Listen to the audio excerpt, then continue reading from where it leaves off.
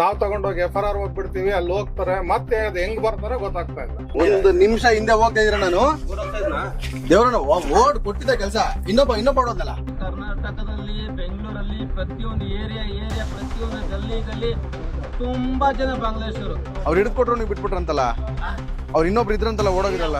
ಬರ್ತಾ ಇದೀವಲ್ಲ ಅಲ್ಲ ಕಣ್ಣು ಮುಂದೆ ಇದ್ದವನೇ ಬಿಟ್ಬಿಟ್ರೆ ಹೆಂಗೆ ಸರ್ ನೀವು? ಕಾರಗೋಡಿ ಹತ್ರ ಎಷ್ಟು ಜನ ಬಾಂಗ್ಲಾದೇಶರು ಇದಾರೆ ಅಂದ್ರೆ, ನಮ್ಮ ಡಿಪಾರ್ಟ್ಮೆಂಟ್ ಆಗ್ಲಿ ನಮ್ಮ ರಾಜ್ಯ ಸರ್ಕಾರ ಆಗ್ಲಿ ಯಾರಾದ್ರೂ ಒಬ್ಬರಾದ್ರೂ ಈ ಬಾಂಗ್ಲಾದೇಶರು ಹುಡುಕಂತ ಕೆಲಸ ಮಾಡ್ತಾ ಇದ್ದೀರಾ? ನೀವು ಒಬ್ಬರಾದ್ರೂ ಬಾಂಗ್ಲಾದೇಶ ಹಿಡಿತಾ ಇದ್ದೀರಾ? ನಾವು ಹಿಂದೂ ಕಾರ್ಯಕರ್ತರು ನಾವು ಪೊಲೀಸ್ ಕೆಲಸ ಮಾಡ್ತಾ ಇದ್ದೇವೆ, ನಮ್ ಬೇರೆ ಎಲ್ಲ ಕೆಲಸ ಬಿಟ್ಬಿಟ್ಟು ಪೊಲೀಸ್ ಕೆಲಸ ಮಾಡ್ತಾ ಇದ್ದೇವೆ.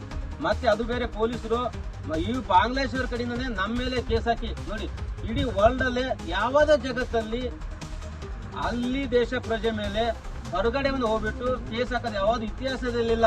ಈ ನಮ್ಮ ಸರ್ಕಾರದ ಇತಿಹಾಸ ಸೃಷ್ಟಿ ಮಾಡಿದೆ ಅನ್ಕೋತೀನಿ. ಫಸ್ಟ್ ಟೈಮ್ ವರ್ಲ್ಡ್ ಅಲ್ಲೇ ಎಲ್ಲಿ ಇಲ್ಲ. ವರ್ಲ್ಡ್ ಅಲ್ಲಿ ನಾನೇನಾದ್ರು ಬಾಂಗ್ಲಾದೇಶಕ್ಕೆ ಹೋಗ್ಬಿಟ್ಟು ಅಕ್ರಮ ನುಸುಳ್ಕೊಂಡು ಬಾಂಗ್ಲಾದೇಶಕ್ಕೆ ಹೋಗಿ ನಾನು ಬಾಂಗ್ಲಾದೇಶ ಪ್ರಜೆ ಮೇಲೆ ಕೇಸ್ ಕೊಟ್ಟರೆ ಕೇಸ್ ತಗೊಂತಾರ ಅವರು. ನಮ್ಮ ರಾಜ್ಯದಲ್ಲಿ ಎಂತ ಪರಿಸ್ಥಿತಿ ಇದೆ ನೋಡಿ. ಬಾಂಗ್ಲಾದೇಶದವ FIR ಅಲ್ಲಿ ಬಾಂಗ್ಲಾದೇಶ ಅಂತ ಬರ್ದಿದಾನ. ನಾವು ಬಾಂಗ್ಲಾದೇಶದವ್ರೆ ಇಲ್ಲಿ ಬಂದು ಇಷ್ಟು ವರ್ಷ ಇದ್ದೀವಿ ಅಂತ ಹೇಳಿದಾನ. FIR ಅಲ್ಲಿ ಕೂಡ ಹೇಳಿದಾನ, ಪೊಲೀಸ್ ಮುಂದಿನ ಹೇಳಿದಾನ. ಅವ್ರ ID ಕಾರ್ಡ್ ಕೂಡ ಪೊಲೀಸರು ಕೊಟ್ಟಿದಾರ.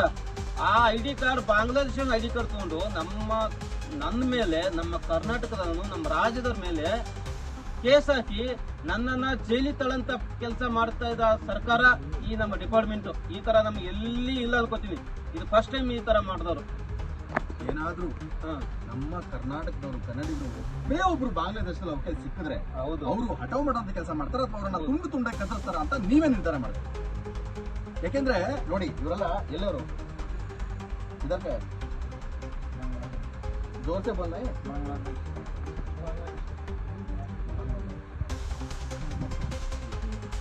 ನೋಡಿ ಅವರು ಈಗ ಸ್ವಲ್ಪ ನಾಚ್ಕೊತಾ ಇದಾರೆ.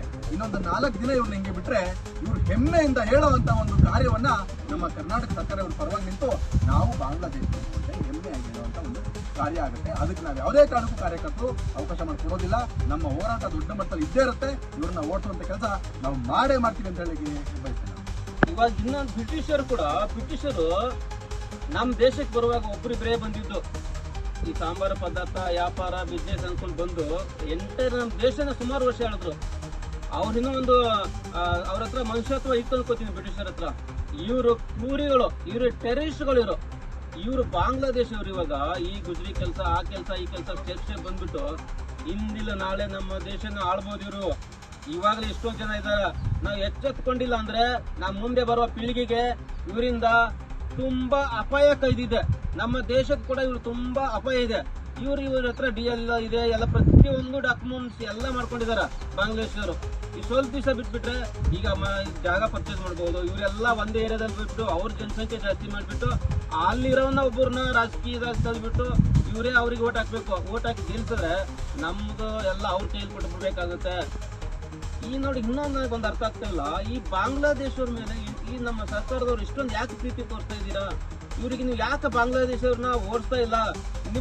ನಮ್ಮ ಡಿಪಾರ್ಟ್ಮೆಂಟ್ ಅವರಿಗೆ ನೀವು ಯಾಕೆ ಹೇಳ್ತಾ ಇಲ್ಲ ಎಲ್ಲಿ ಬಾಂಗ್ಲಾದೇಶ ಇರೋದಪ್ಪ ಹುಡುಕ್ಬಿಟ್ಟು ಇವ್ರನ್ನ ಡಿಪೋರ್ಟ್ ಮಾಡೋಂಥ ಕೆಲಸ ಮಾಡಿ ಅಂತ ನೀವು ಓಪನ್ ಟು ಓಪನ್ ಒಂದು ಮೀಡಿಯಾ ಮುಂದೆ ಯಾಕೆ ನೀವು ಹೇಳಿಕೆ ಕೊಡ್ತಾ ಇಲ್ಲ? ಈ ನಮ್ಮ ಸರ್ಕಾರದವರು ಈ ಅಕ್ರಮ ಬಂದಂತ ನುಸುಳುಕೋರರಿಗೆ ತಳ್ತಾ ಇಲ್ಲ.